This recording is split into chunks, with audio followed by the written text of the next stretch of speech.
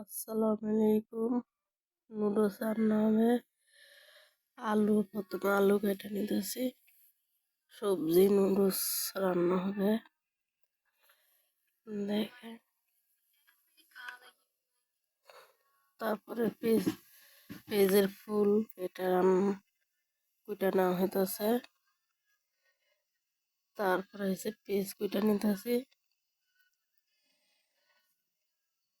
পেঁয়াজ কুইটা নেওয়ার পরে কাঁচামরিচ ধুয়ে আনি।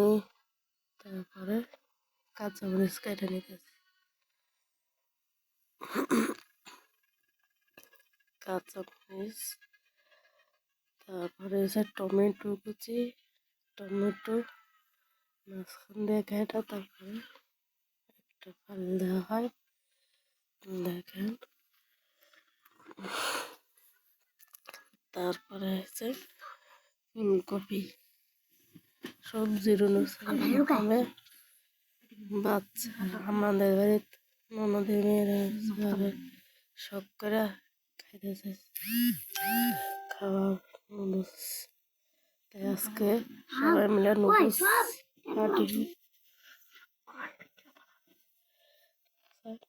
তারপরে আলু কুচি, আলু গোল গোল করে দেখেন কাইটা নিয়েছি। সব কিছু কাইটা জোগাড় করা হচ্ছে। তারপরে এখন পানি পানি দিয়া নুডলস ফুলকপি আলু আগে সিদ্ধ করে নি। এখন মুরগির মাংস কাইটাটা হইতেছে। মুরগির মাংস কাটা এখন সাইকা না হবে, সিদ্ধ হয়ে গেছে। আলু ফুলকপি সিদ্ধ হয়েছে, এখন ছাইখানা হয়েছে। এরপরে এখন নুডলস গরম পানিতে নুডলস সিদ্ধ করা নুডলস হয়ে গেছে। এখন ডাইলা নিয়ে ছাইকা নিয়ে ঠান্ডা পানি দিয়ে ধুয়ে নিব। তারপরে এখন কড়াতে তেল দেওয়া হইতেছে। কড়াতে তেল দেওয়ার পর পেঁয়াজ দেওয়া হয়েছে।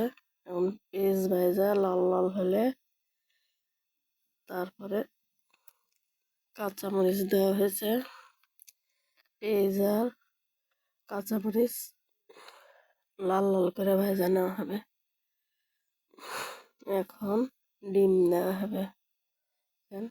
পিসগুলো আমি এক সাইডে করছি, এখন ডিমটা ভাজা নেব।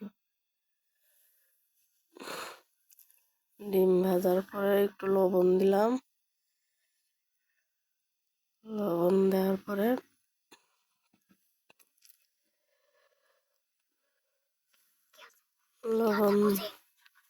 লবণ দেওয়ার পরে এখন ফুলকপি তেলে ভেজে নেব। পেঁয়াজ ভাজা ডিম ভেজা তুলে নিছি।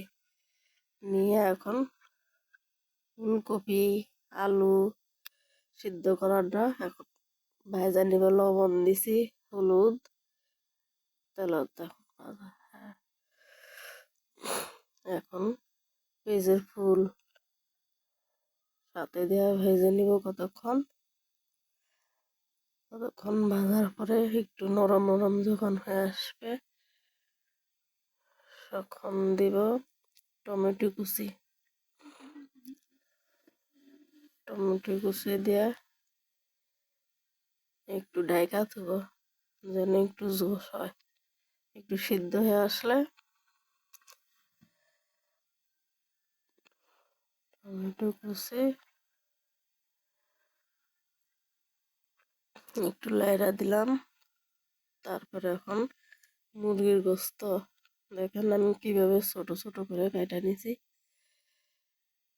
নুডলসটা অনেক মজা হয়েছে। আপনারা একবার ইয়ে করে দিবেন, রান্না করে খাইয়া দেখবেন। তারপরে ডিম আর পেঁয়াজ ভাজিয়ে যেটা তুলে দিছি ওটা ডাইলা দিলাম। আসলে আমার ঠান্ডা লাগছে, তো এই জন্য আমি কথা কথা বলতেছি না। আমার সবসময় ঠান্ডা লাগেই থাকে, এই জন্য হয়তো কথা একটু ডিস্টার্ব দিতে পারে। ভুল হলে আপনারা মাফ সাফ করে দিন। আর আমার চ্যানেলটা আপনারা দেখবেন, লাইক করে দিবেন, একটু আমার পাশে থাকবেন। তারপরে এখন নুডলস ঢেলে দিছি। নুডলস হয়েছে কতক্ষণে, এখন জিরার গুঁড়া দিলাম একটু, জিরার গুঁড়ো দিয়ে একটু লাইরা ভালো করে মিক্স করে নেওয়া লাগবে। তারপরে এই নুডলসের মধ্যে মশলা নেই, তো নুডলসের মশলা নেই, এর জন্য একটু টেস্টিং সল্ট দিব। দেখে সামান্য একটু টেস্টিং সল্ট কিন্তু স্বাদ অনুযায়ী দিবেন, তাছাড়া বেশি হলে খাইতে ভালো লাগবে না। এখন তুলে নিলাম, দেখেন প্লেটের মধ্যে। আমার ভিডিওটা যদি আপনাদের ভালো লাগে তাহলে একটু লাইক কমেন্ট করে দিবেন। আমার চ্যানেলটা সবাই ফলো করবেন। আল্লাহ হাফেজ। দেখেন আমি চাক চাক করে পেঁয়াজ কেটে প্লেট পরিবেশন করেছি, দেখেন। শেষ।